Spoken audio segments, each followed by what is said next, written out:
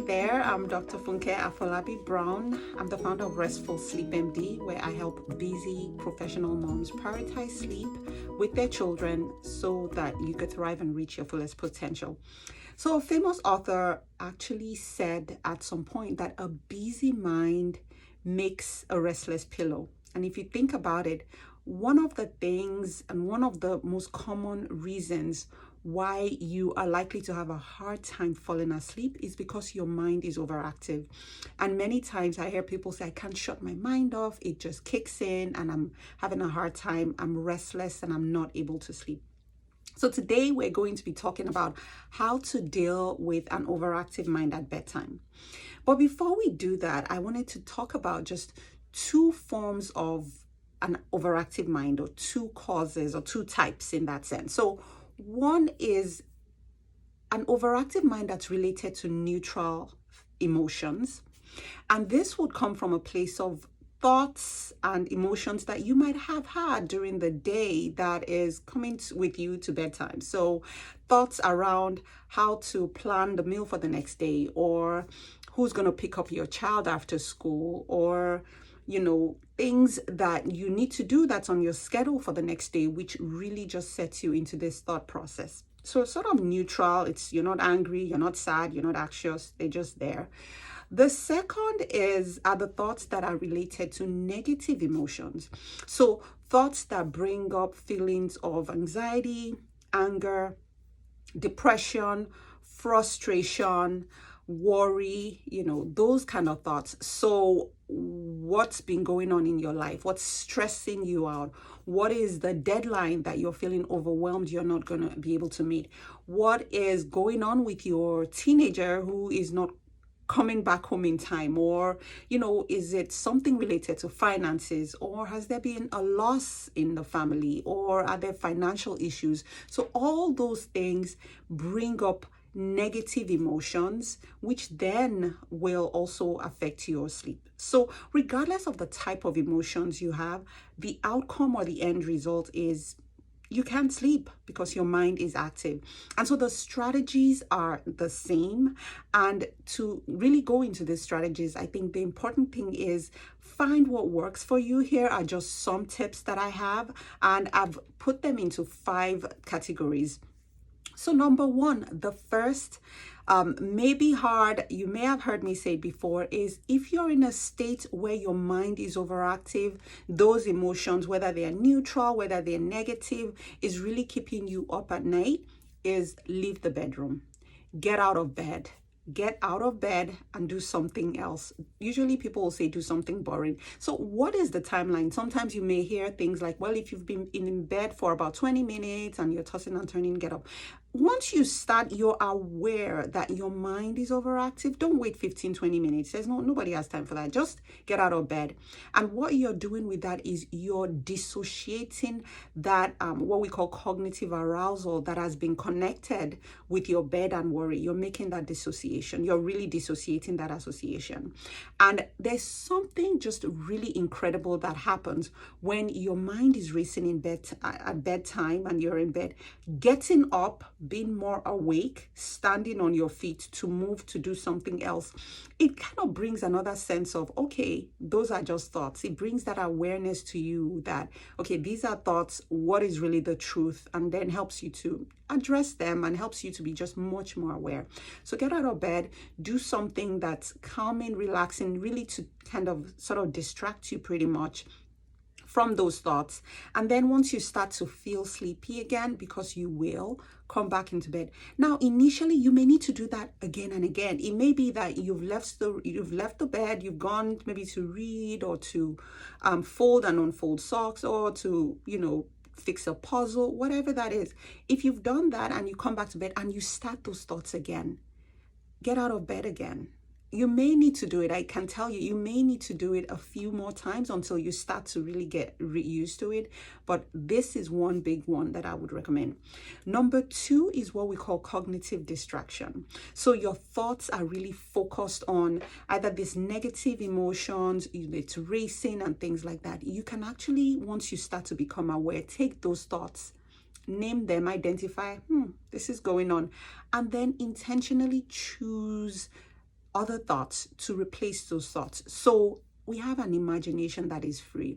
So imagine either an experience that you've had before that's been enjoyable, that's been pleasurable, and then replay it in your mind and intentionally walk yourself through. So for me, I enjoy being at the beach. So walking from either my room to the beach, feeling the sand in my feet, what am I carrying? What am I wearing?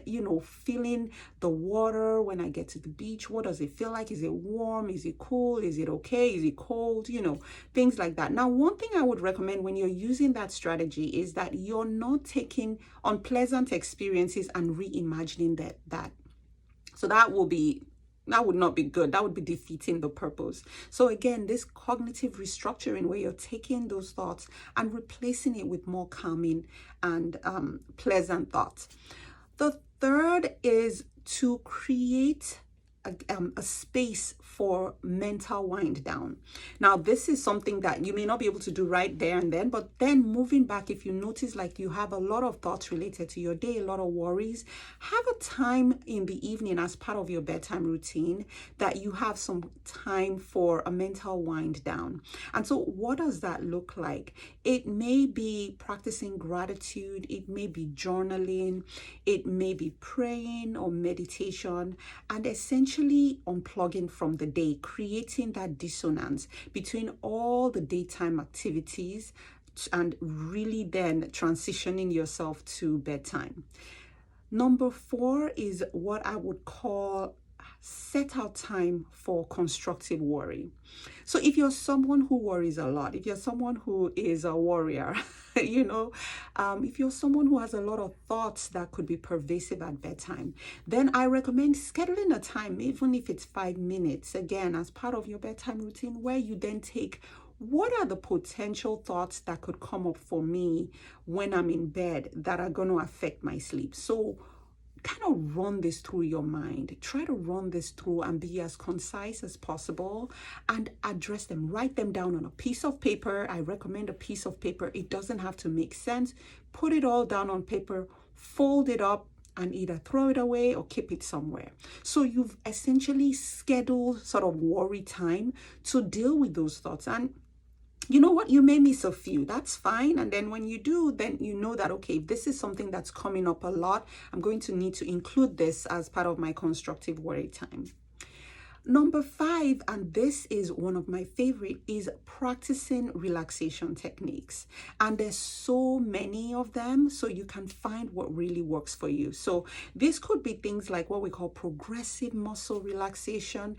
And what that entails is, laying down and really literally tensing and relaxing every muscle group, starting from your feet, all the way to your legs, your calf, feeling exactly as those muscles are tensing. How does that feel like? This kind of trying to experience it all the way to the top.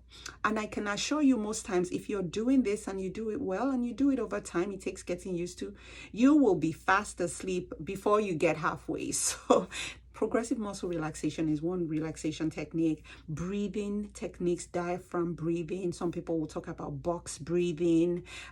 Some people talk about the 4-7-8. There's so many strategies out there. And really, it's all about intentionally taking your mind from where it's spiraling in that overactive state to a point where you then can just focus on the breath coming in, focus on it passing through your nostril, focus on it being warm, focus on it inflating your lungs, pushing down your diaphragm, and going through that motion again and again and again. And so this is also really, really helpful. So again, you have to find what works. My recommendation, though, is being intentional. So don't get to the point where, oh my goodness, my mind is racing right now, I'm going to breathe.